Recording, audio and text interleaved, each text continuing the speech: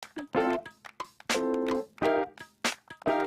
all the problems we have in the world, we have a problem with law enforcement. We have a problem with vital murder. We also have to get more people involved, not only from the theoretical point of view, but get more people in such a cannot leave out this profession as a law profession or people studying to be lawyers. So today we're going to talk about a new program here for this year. But going back, we're just going to have some people get involved with us, and it's a young lady, Dr.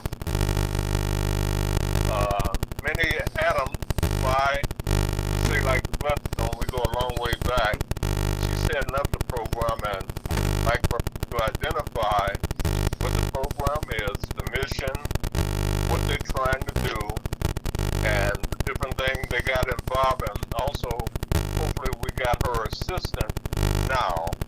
No, we don't. No, we don't. We don't. That's, yeah. That's 417 894. Not on here. Not on here. Not on here. Yes, I got you. We got Dr. Adams, though. We do? Yes. Dr. Adams, how are you? I'm fine, thank you. Okay, we're going to have to make sure I have the right numbers now for you, and the numbers that you can reach me, I think I gave you earlier for Yes, I do have that. Okay, so we can further discuss some things that we think are very vital to our community. But first of all, what is your program? What is the mission? And how do you plan to get more people in that particular profession involved? Well, I am the director of the Kansas City Youth Court, the Kansas City Youth Court. And Kansas City Youth Court's been around since 1992. And it's a peer diversion program based on a national teen court model that's been proven to reduce recidivism. And the whole point of Kansas City Youth Court is sponsored and operated, as I said, by the Kansas City Youth Court. It's a nonprofit corporation. It works in tandem with the Jackson County Family Court and the Kansas City Police Department and several other schools in an effort to reduce juvenile delinquency in Kansas City. The Youth Court aids in developing a respect for the knowledge of the criminal justice system, both among those who are members and those who will come in contact with the Youth Court. It's comprised of students between the ages of 12 and 19 who live within the Kansas City School District or who attend the Kansas City School District school. The Youth Court is funded by a contract with the Jackson County Community-Based Anti-Drug Tax Comeback. So the kids come to us and they're recruited from the police department as well as the family court. And those students come to us.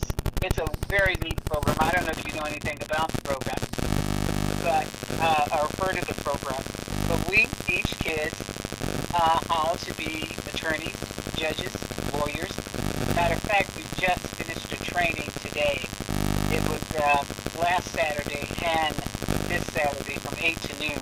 They learn all kinds of things, such as the role of a defense attorney. We talked about how the referral process is. We talked about background and purpose of the program. We talked about what's the role of a judge, what's the role of a court attorney. And then today we went over ethics in law, elements of a crime, processing and sentencing. Students were involved in taking a pre-test, and then today they took their bar exam. On Wednesday, which is the graduation, June the 28th, at 7 p.m.,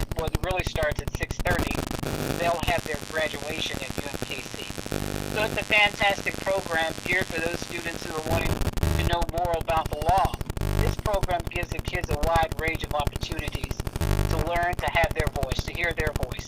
It's good for them in school. You know, you hear so many kids say when they're in school, why are they searching my lockers? They're not supposed to search my lockers.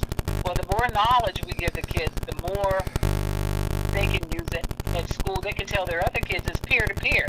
So they're judging their peers. And now they have a wider range of knowledge.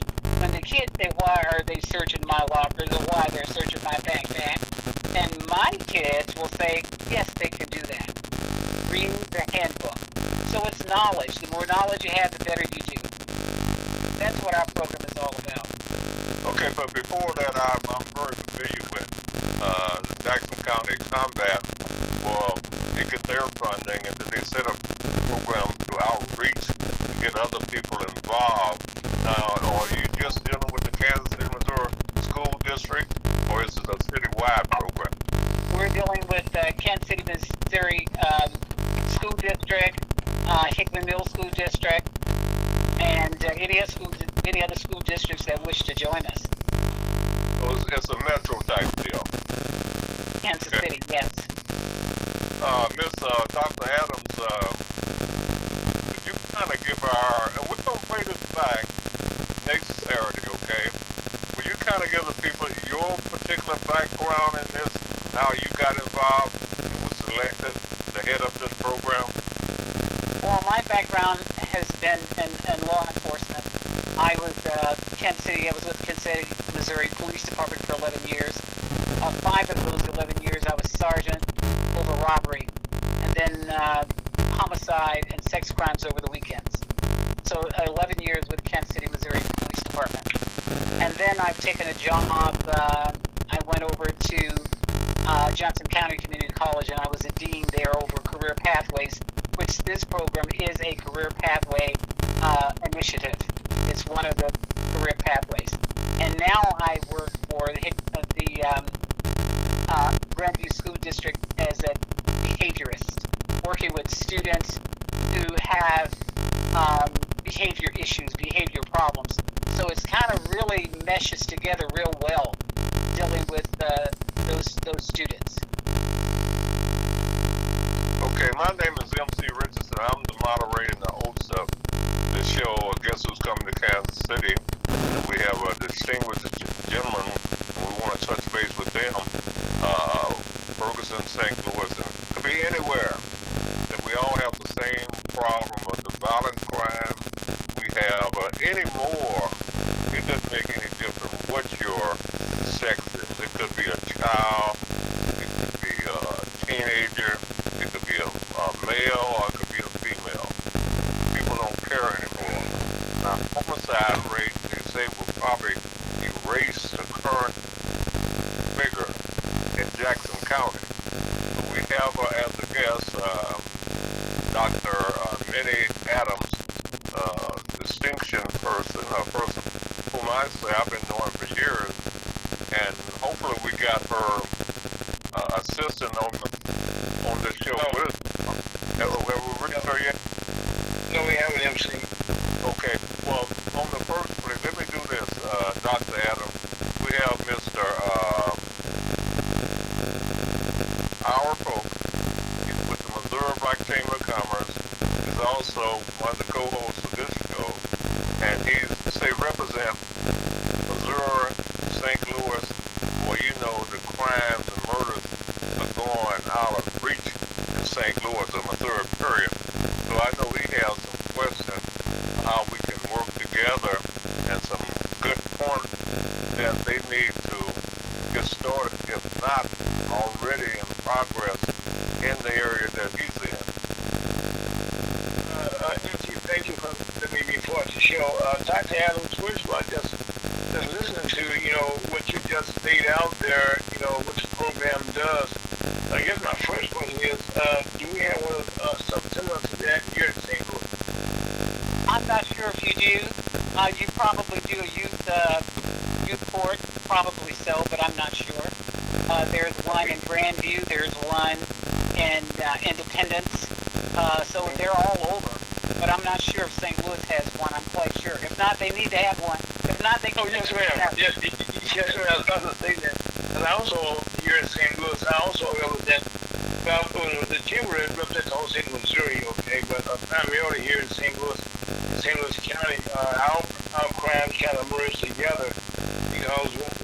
you may have heard about this just this past week ago, tonight. We just had I guess you call it a mass shooting, where only one person was killed, where 11, I think maybe 11 kids were actually shot, and it was like an impromptu get-together in an office building, which was something new here for this area, where someone let to the building on the 5th floor, and one lady got trampled coming down the steps, which made me paralyzed. But in this, yes, man, it was very, very tragic. Okay, but having said that, our mayor has motivated several things to try to deal with the problems here in St. Louis, in that she now with the Urban League here in St. Louis, also with other organizations to create where we have our youth centers here. We have one in South St. Louis. Open those centers up so they have programs to keep the kids off the street during the daytime as much as they possibly can. Like programs, most as years ago, they did have a YMCA, different programs that we all could go to. But right now, those things have all gone away. So I guess my question to you would be, here in St. Louis County, we also have a grand problem also because the kids that were involved in shooting in downtown St. Louis, most of the kids live in the county. And so now, so we definitely need a program here in St. Louis. And if we don't have one, I will take on the duty, okay, of reaching out to the county executive and to the mayor here, whoever I need to talk to, see how we can duplicate this program, because what you described is an excellent program to explain to young people, excuse me, questions that the kids don't need answers to. I think the most important thing to remember about this program is that it's a peer program. They are judging their peers. So peer to peer. It's easier for a kid to tell another kid, why are you acting a fool? Or why are you doing that? Than you and I. Sometimes peer to peer, and it works. Statistically, we've proven that it does work. But one of the things that's happening nationwide, our kids are out of control. There are solutions, but we have to work together collectively to solve the problem. One person can't solve it, but it takes all of us together looking at the root cause of these problems. We have so many kids that are homeless. We have a lot of kids that are suffering from mental illness. The issues go on and on and on until everybody do a step-up program and get to the root causes of these things. Kids need places to go. You're absolutely right. They don't need to be in the street. But when they're left alone, and parents need to be more involved. Every parent should know, where's my kid after 7 o'clock? Where are they? Parents need to step up, do their part. The community needs to step up and do their part. And the kids need to step up and do their part. So all of us working in tandem together is the only way you're going to stop the shootings and stop the crime. And you need to get to the root cause of it. Why are they doing it? Why is it so easy that you can shoot your brother? Why is it so easy to do that? Communication skills. Get off the social media. Get off of the TikTok and all of these things. We need, and our kids need to be in school. They need to be learning something. Those are the only ways that we're going to be able to reverse some of the issues that we're having. Dr. Adams, one of the things, that just came out in the last couple of days that was very, very chilling, there's a shooting that took place this past weekend. They have on TV a group of maybe 6 young men, and most of these young men attended the party this past weekend, and they all got guns. And I'm not going to ask the question. The gun laws of Missouri, feed into this program, feed into the violence that we're having, because I know it does. Right now, the availability of guns right now, there was a time that people had knives, cut through a rock, or get mad at you and have a fight with you. But with guns, the kids can't get in themselves, they can keep their parents' guns. or they can get their brother's guns, or they get somebody's gun, and they go to these parties, and in their the problem is that 10 o'clock at night, 11 o'clock at night, these kids, most of the damage is being done is, I know here in St. Louis, St. Louis County, is after 11 o'clock at nighttime, and you go downtown St. Louis, you think it's broad daylight, where kids are just living in the streets. And there's no supervision at home that the parents have let their kids go where they want to go. And that goes back to just what I said, accountability. Yeah. Parents should know where their kids are. Law enforcement can do so much. Teachers can do so much. All of these programs can do so much. But it all starts with the home and the family. That's where it starts. So if you don't know where your kid is at 10 o'clock at night, and if you don't go in your child's room and look and see what's going on in your room, it has to begin at home. It all begins at home. Now, I know kids live differently. Everybody doesn't live with their parents. Sometimes they're single parent. Some kids live with their grandma, their auntie, and some kids are in foster care. I mean, family is defined so many different ways now.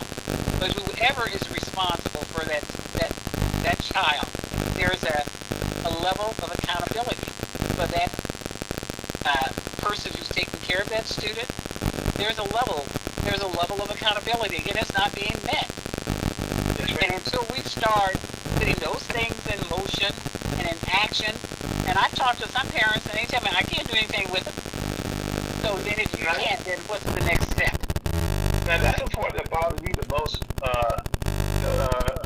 Dr. Adams, that to hear a parent tell somebody, tell me, okay, that I can't do anything with my kid, and I thank God, that my kids are all grown now, and I got great and grandkids now.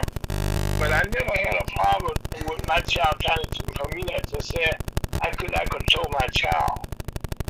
One of the issues, that I have a problem with, and had for many years was that you see a lot of parents around their kids call them by their first name. And to me, that's a path in the wrong direction. That I'm daddy, you're my child, you probably respect me, but if I'm calling you by my first name, there's a bridge that's been taken away of respectability there, or accountability. I don't treat you like any other friend. You think that kind of plays into some of the problems we have nowadays? Well, I think, getting back to the root cause, you have 14 and 15-year-old parents trying to raise a child when they're a child themselves. So until we begin to look at better programs to help some of the single households, some of the young women trying to raise babies and their babies themselves, what are we doing in our communities to bridge those gaps? We have to always get to the root cause of something before we try to analyze the situation. There's a cause for it all. And how can communities better assist those that are in need? I always believe in strategically doing things. I believe in a SWOT analysis in the community, looking at things like that. What are our strengths? What are our weaknesses? How can we better do things? What else can we do? Like our program, this is a wonderful program that we have. Working with these kids, getting them, when they have been through our system, our court system, we talk to them. What is the root cause? Why did you do this? Why did you think you needed to do this? What can we help do better? We have a social worker also. We look into all kinds of programs for that student, that's offended. So we have programs like we have programs getting involved with the city, knowing what's going on in the city, working with the police department, working with the school. Okay, how many kids are in this 1 year session? Each class you have, what is it? It varies. 15, 20 kids a session. But do you mean like our training that we had this morning? Is that what you're speaking of? Or are you talking about the diversion program? Diversion program. itself, we probably, so far, I don't have those numbers, but I think it's over 400 and something this year. Okay. Yeah, that's a question I was kind of asking because Yeah. there's power in numbers, there's power in numbers, and yes. And our program, our referrals, those are the cases, we get those from the police department, from family court, and the school. So when we're all working in tandem, we're trying to reduce the rate of recidivism. We're trying to make sure those kids don't get back into the system. These are first-time offenders. And these are minor cases like stealing, like trespassing, marijuana charges, burglary, things of that nature. Those are the type cases that the kids adjudicate. Dr. Adams, let me ask you a question, okay? So what has the kids' response been? The feedback, I'm quite sure you get this, at each class you guys get a feedback, how much of your program, and you tell your kids about the program. They love the program because it's learning. They're learning. They're interested in the law. They want to know the law. And everybody should know a little bit about the law. Oh, yes. So these kids they're sold on it. They love it. They want to come. They want to be a part of it. When we have the cases for them to hear, they love it. They're all in it. They learn to break down a case. They look at the evidence. They look at the statutes. So these kids are learning the law. They are learning the law. And when they get a chance to be the judge, it's peer-to-peer. They're judging. You have a judge. You have a prosecutor. You have a defense attorney. So all of these roles are played out. And of course, these are actual cases. Actual cases that they're working. These are not play cases. Wow. These are actual cases that they're getting from the police department, as I said, or from the schools, or from the family court. This is how we get our referral cases. So these are actual cases, and they have to complete their sentencing within a certain amount of time, and the sentencing varies. It could be community service, it could be writing a letter, it could be apology, but the social worker is there to referrals. If the student is needing more than that, then the social worker is there to help the student. If there's some mental health issues, and she's there to help them to be referred. And then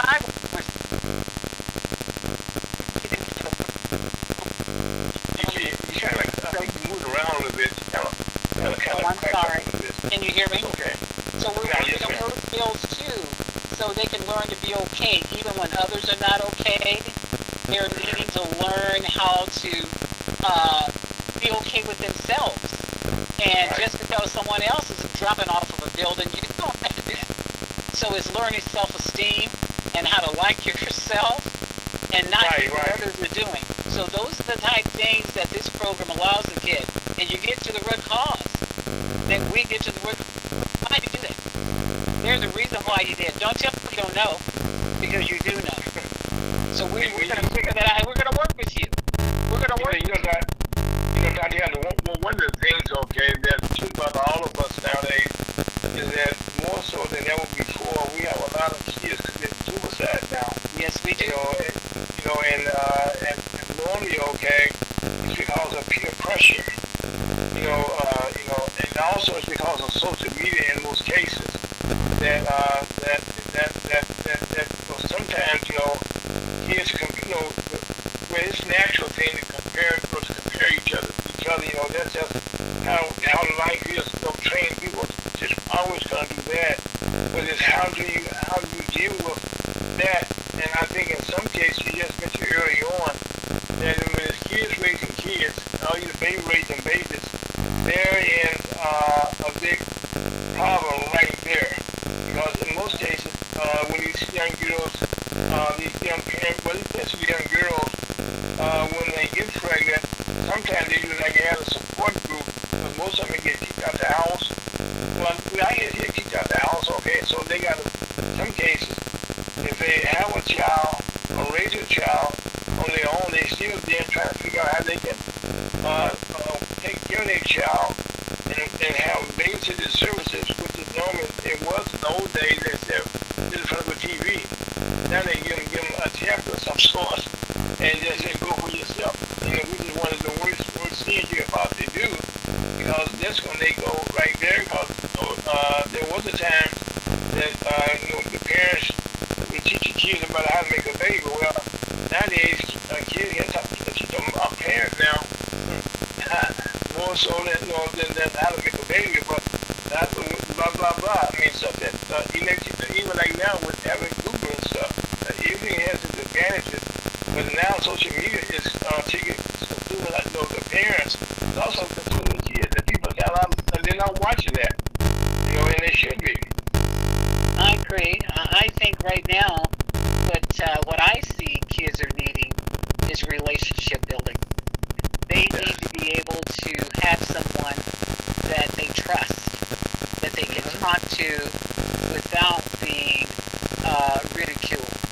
Kids are needing to bond with those people and be able to discuss what's going on in their lives. Our kids go through a lot. They see a lot of kids are working, a lot of kids are helping support the family. They're working, so therefore they feel equal to the mother or the father, whoever's in the home. So our kids sometimes are not playing kids' roles anymore. They're playing kid adult. So unfortunately, you're right. Unfortunately, so the dynamics of the family has changed from what it was 25 to 30 years ago. The whole dynamics has changed. So when we begin to address those things, we need to look at those multitude of issues in all of our communities, through our community organizations, and see, once again, what are some of the causes. And when we begin to look at some of the causes, then we can begin to put together some type of a strategic plan to work to solve some of those issues. But it takes all of us working in tandem to do that. And then the best person to ask what's going on is the kid. What's going on? Sometimes just calling to them, say, hey man, what's going on? Why are you doing this? And you realize sometimes. And then my request to everyone that is listening, find a young person, mentor, help, listen to that young person, because sometimes they might not have anyone to listen to them. Listening is crucial, and be able to build a relationship. Dr. Adams, one of the things, I don't know if he explained this to you, but today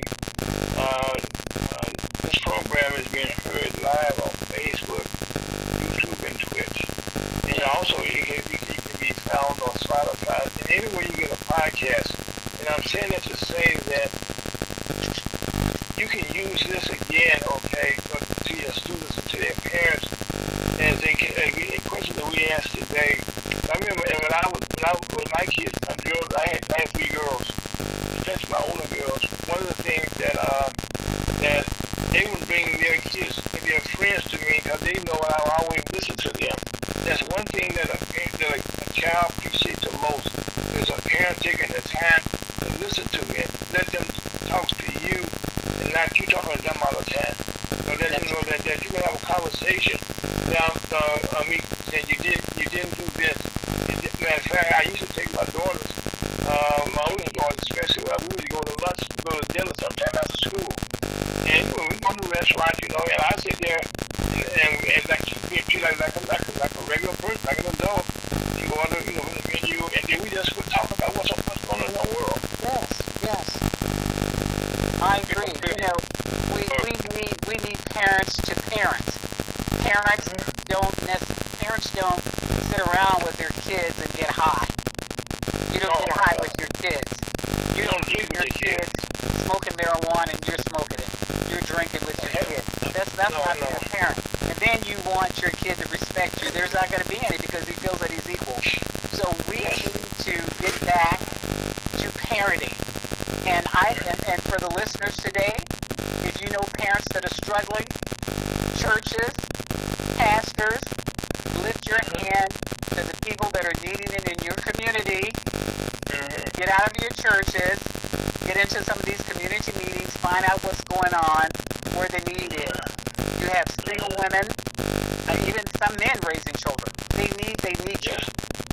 So until we begin to do those things, until you come together collectively and look at the issues, solve the issues, you're going to have the problems. You know, one of the things, Doctor, and this question probably, well, first one, I'm sorry I said this early on. If there's anything that Missouri Commerce can do to help you in St. Louis, anywhere in the city that we go, because this is not just a urban problem, it's also a rural problem. It's also in anywhere right now, because unfortunately, the young kids in Missouri, I can speak for, have access to guns like never before. I mean, when you got an 18-year-old now, you can legally carry a gun. And you can buy a gun. That's not carry a gun. You know, you have to ask the question, how can an 18-year-old, these guns are not cheap, by the way. You can go to a store and buy a gun at 18 years of age. And then buy bullets to go into the gun at 18 years of age. So, I mean, so really, at some point, the parents must be giving them the money to do that. Otherwise, how would they do that? Well, I think guns have been accessible for forever. People have them, but I think now you see it more now than any time, because in Missouri, they have a right to carry, and they get guns from their peers, from their mothers, from their wherever. Their brothers. But until we go back to teaching our kids, watching our kids, making sure that when they leave the home, who they're going with, it's all back. I put everything back on the home. Everything starts in my house, started in your house, I'm quite sure. And until we get those homes right, until we help those single parents do what they need to do, until we talk to kids, mentor a kid up, let them know the consequences of their actions. For every action, there's a consequence. Oh, yes. And we know how that is in our community. And having the guns and what guns do, or what the person does behind the gun. So, right. Yes, guns don't do anything. It takes the person behind the gun to do the damage. So I think those are all things that we need to look at as a community. How you get them off the street. First of all, you have to tell them whether it's not good to have them and why, and then the consequences of having the gun. And there are consequences. We know that. Doctor, one of the things that as we see in our generations, with the peer pressure that the young people have is about, you mentioned the word relationship, and that's something that's not given enough time to explain that nothing in the world in your life can take place without somebody helping you and you for somebody else. You gotta learn how to get along to be able to go along. You gotta learn how to go to somebody and ask for somebody. And like one of the problems that most time we have is that people who are being bullied nowadays, they go get a gun and they do the wrong thing. And so we have to be more cautious, and the kids have to be more cautious, because now in some cases you got kids shooting their parents. I mean, it's like a cycle. Let me go back a little bit. When you was a police officer, guarantee you, when you was on dealing with homicides and murders in those days, that there was a time then that the juveniles would be in juvenile places, and they have juvenile cases. But now you probably got more young people doing adult crimes than ever before. And so now, that's off your heart, because if they go to jail, they come out harder than they were before they went to jail. I agree. Ladies and gentlemen, listeners, if you just tune in, it's a special show that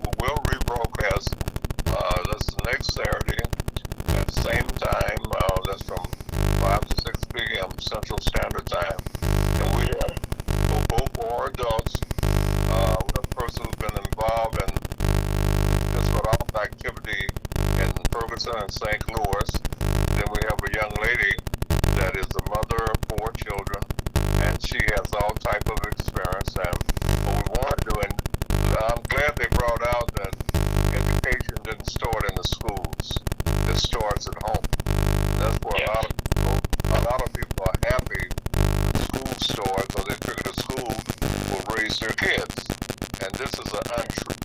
So we need to get you and everybody involved. And people, I don't know if we have Teller Marshall. Well, let me try again. I'm sorry, but I got it. Conversation. You got fired up. I understand that. Well, Miss Dr. Adams, you've been around. You be telling people that he's up there talking about your age. You've been involved in this for quite some time. You're hard and you actually experience it. You have children of your own. You have grandkids, and you face a real thing about being in the law enforcement field. And a lot of people should take advantage. We talked about combat was funded with our tax dollars, but we need to get you, each and every one of you, involved. And if you want to get involved, we're going to repeat who is listening to this show and how they can connect, and how they might text in questions they might have, or how they might want to start their program. So do we have Ms. Marshall on yet? Evidently not, so let's go ahead and proceed. Dr. Adams, you've been doing this, and you've been around the law enforcement field for quite some time, and you have personal experience, and the people with behavioral problems and things like that. And now we also realize that a lot of this stems from mental health. Good. Hello? Yes, it does. Yeah. All right.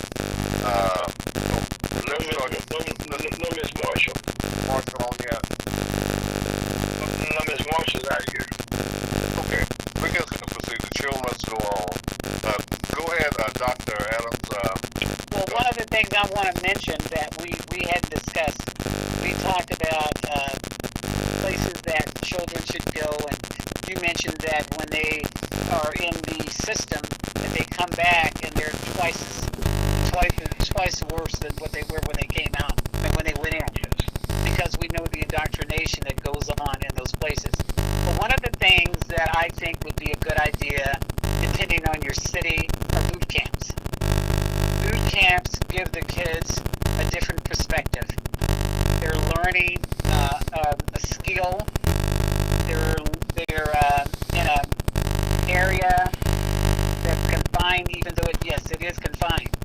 But I think boot camps work. Boot camps do work, and I'd like to see more of those.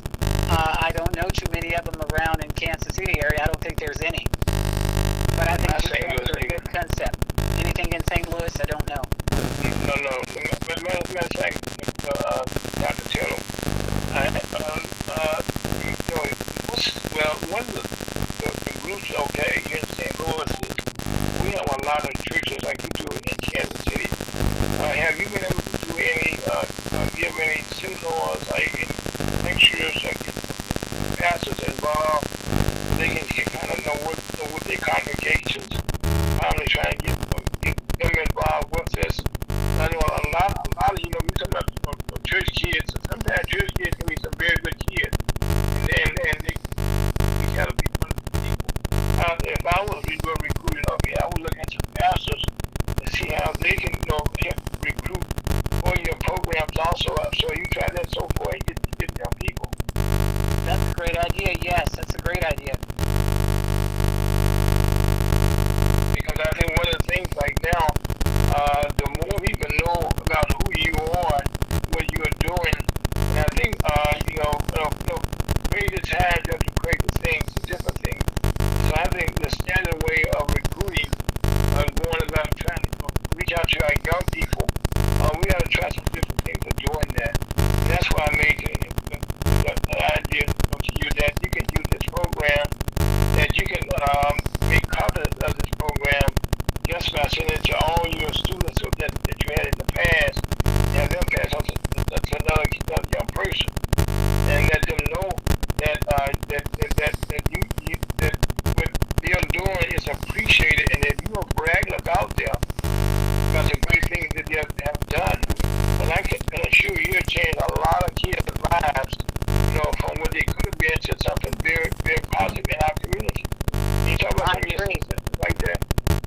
agree, but if they want to know more about the youth court, our vision for the Kansas City Youth Court is to provide an intervention that positively impacts youth so that they can discontinue their unlawful act or at-risk behavior, become positive and successful members of the community. That is our vision.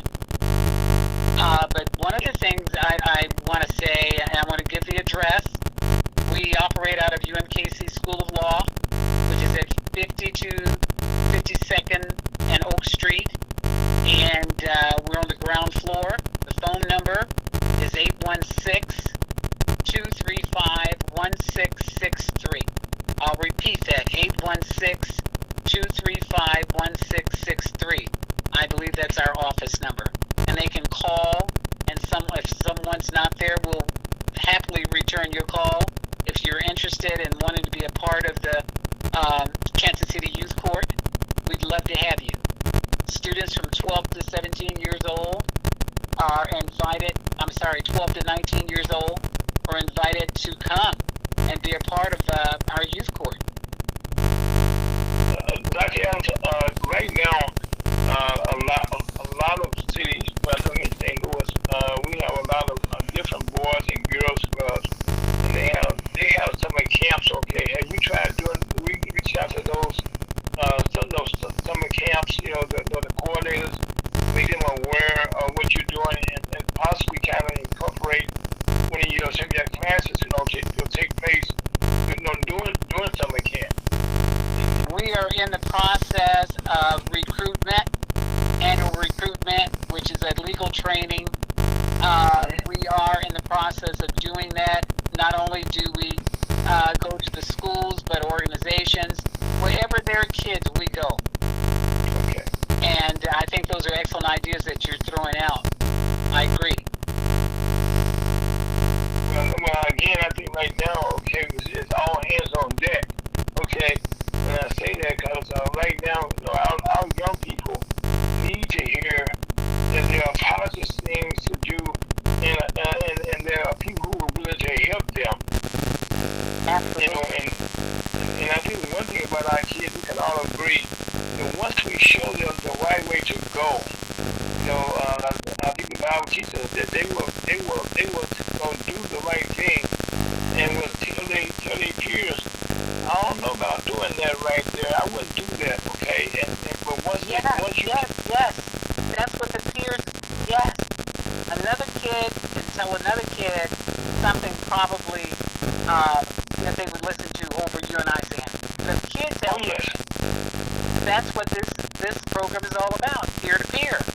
You're judged by your peers, and your peers are going to talk to you about what you've done. Your peers are going to do the sentencing. Your peers are going to tell you, man, what were you thinking when you did that? Don't you know that if you touch that stove, you'll get burned? Man, don't you know you can't go do that?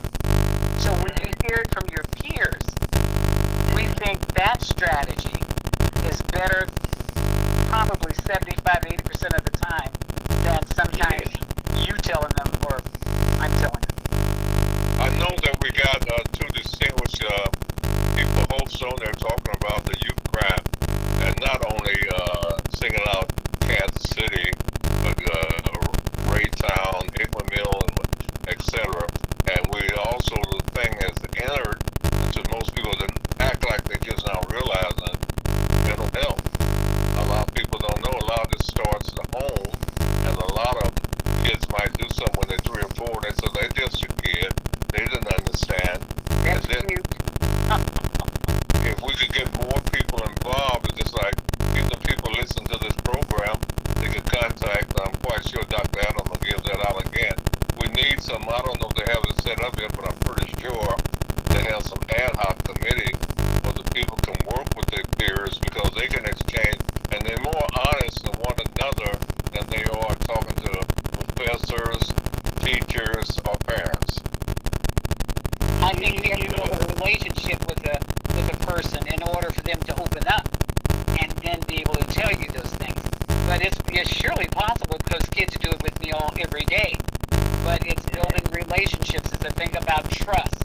And kids know when you're telling the truth. Kids know when you're sincere and when you're not. Dr. Adams, as I'm listening to us talk here, I know friend of mine, she worked with the court system out there, along with Judge Draper, who's one of our Supreme Court justices from the state of Missouri, who's about to retire. And she worked with his wife, who's a city judge here. But one of the things that the program that they have here is that this young lady, when kids get in trouble, they come to her, they go to assignment, okay, to work with them.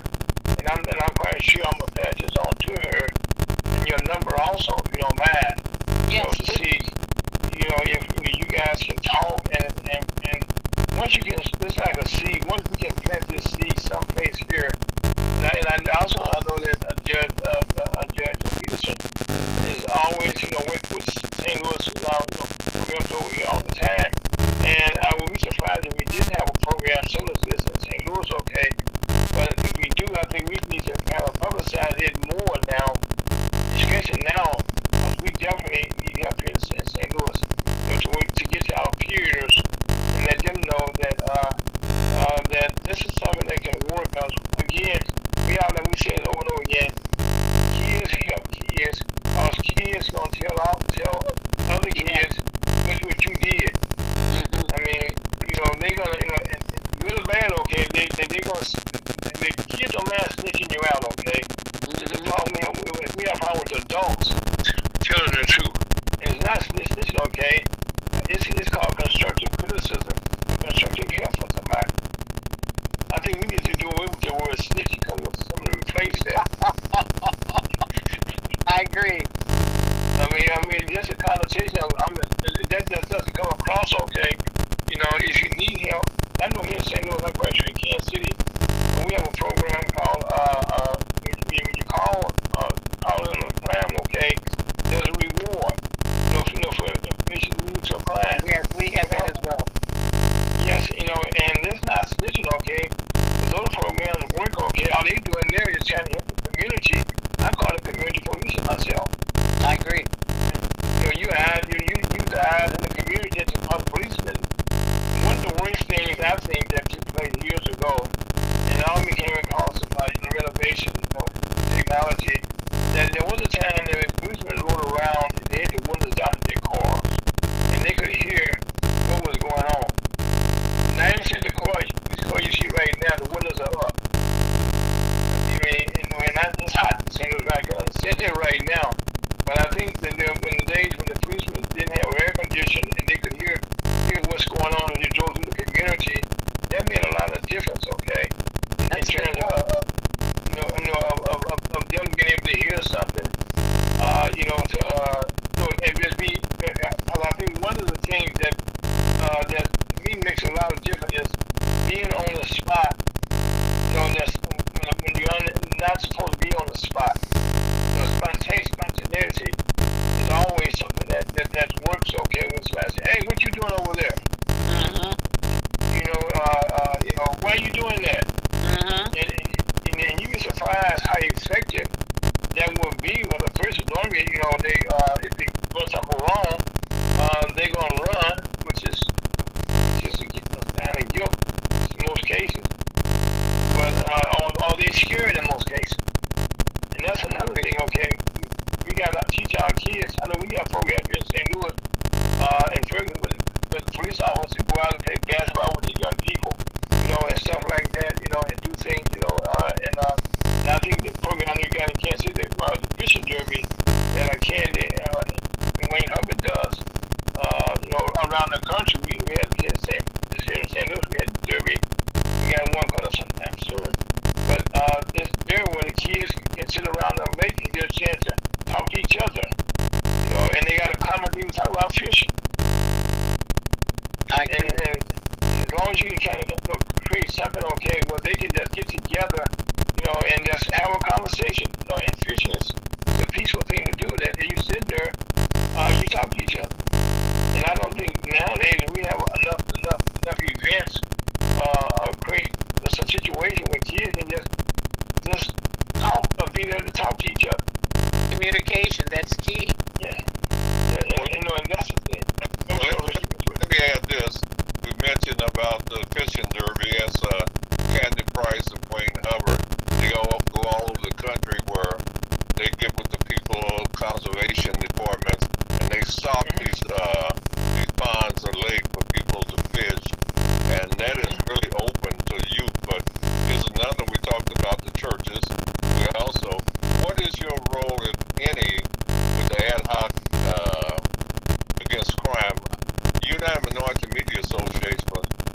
ground floor when Alvin Brooks and Joanne Collins started ad hoc against crime, whereas at that time you had, in the teens, women getting raped and murdered, and they had a hard time. So when Councilwoman Joanne Collins approached Alvin Brooks, he put together a team that's been going on for the longest, and it's called the Ad Hoc Group Against Crime, and they still exist, but then they reach out to get people involved, and this is something that with youth crime, the youth, what you got going, Dr.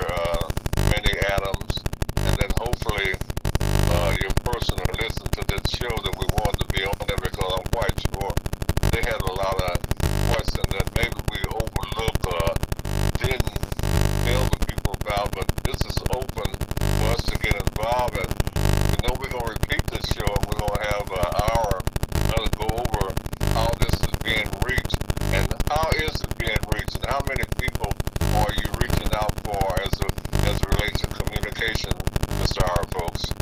Well, MC, one of the questions that people always ask, what is your listening audience? Well, the fact that we can hear it on Facebook, YouTube, and Twitch live, and most times, those programs, like in my case, I have Dish TV. Well, they have YouTube on there.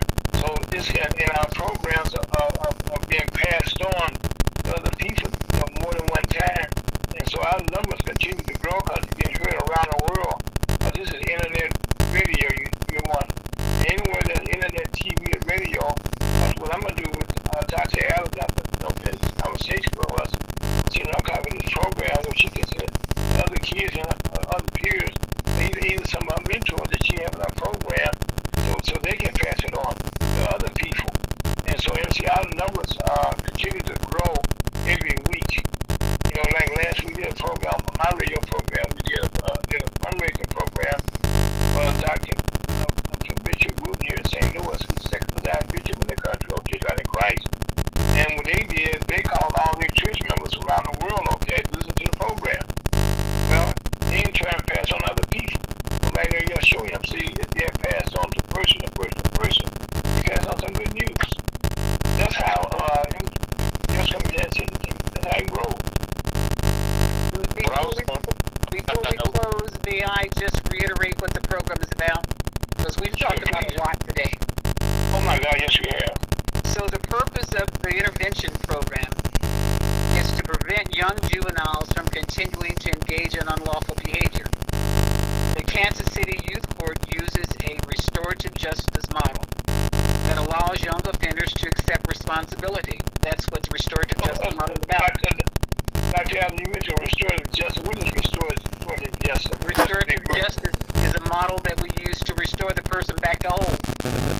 So when we talk about that model, it's a program where the student or the person that's done the offense is responsible. They accept that responsibility for their choices. They make amends to the victim and develop some kind of strategy to avoid criminal and antisocial behavior and school suspension in the future. Youth attorneys who are at the age of 12 to 18 are trained by licensed attorneys and judges in the areas of law and the legal justice system to adjudicate these cases, the youth offenders that they're charged with. They assist the young offender with understanding legal consequences and the effects of criminal conduct on themselves and others. Basically, in a nutshell, that's what the program is about. That's what we do. Well, I want to commend you for the program, and I heard about it through Judge Peterson. Sometimes she does my program. Judge Peterson and her board and attorney Holloman Hughes, these are the lifeblood of the program. Judge Peterson is the president of the board, and she is the lifeblood of this program. She keeps it running. And they're dedicated to every aspect of this program. Folks, I hate to say it, but it's 5 more minutes. Thank you, sir. What I'd like to add, we now in North Media Association, we have a group called the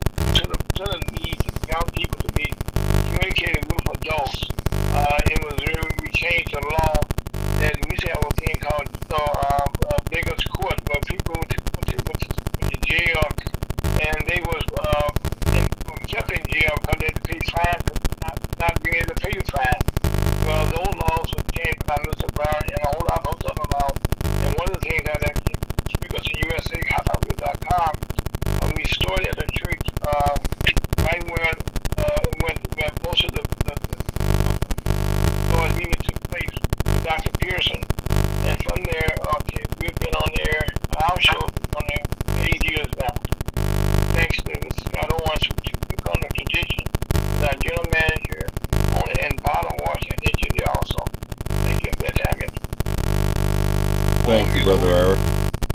Go ahead, Mr. Okay. Adam.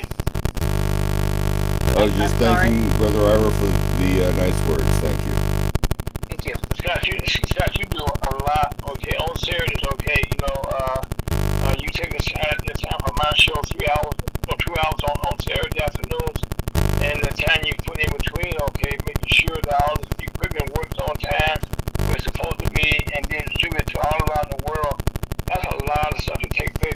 I know I take all that about on from all our members around the world. Okay, Dr. Adam, know this show is getting ready to end, but call me on that same number. That's 816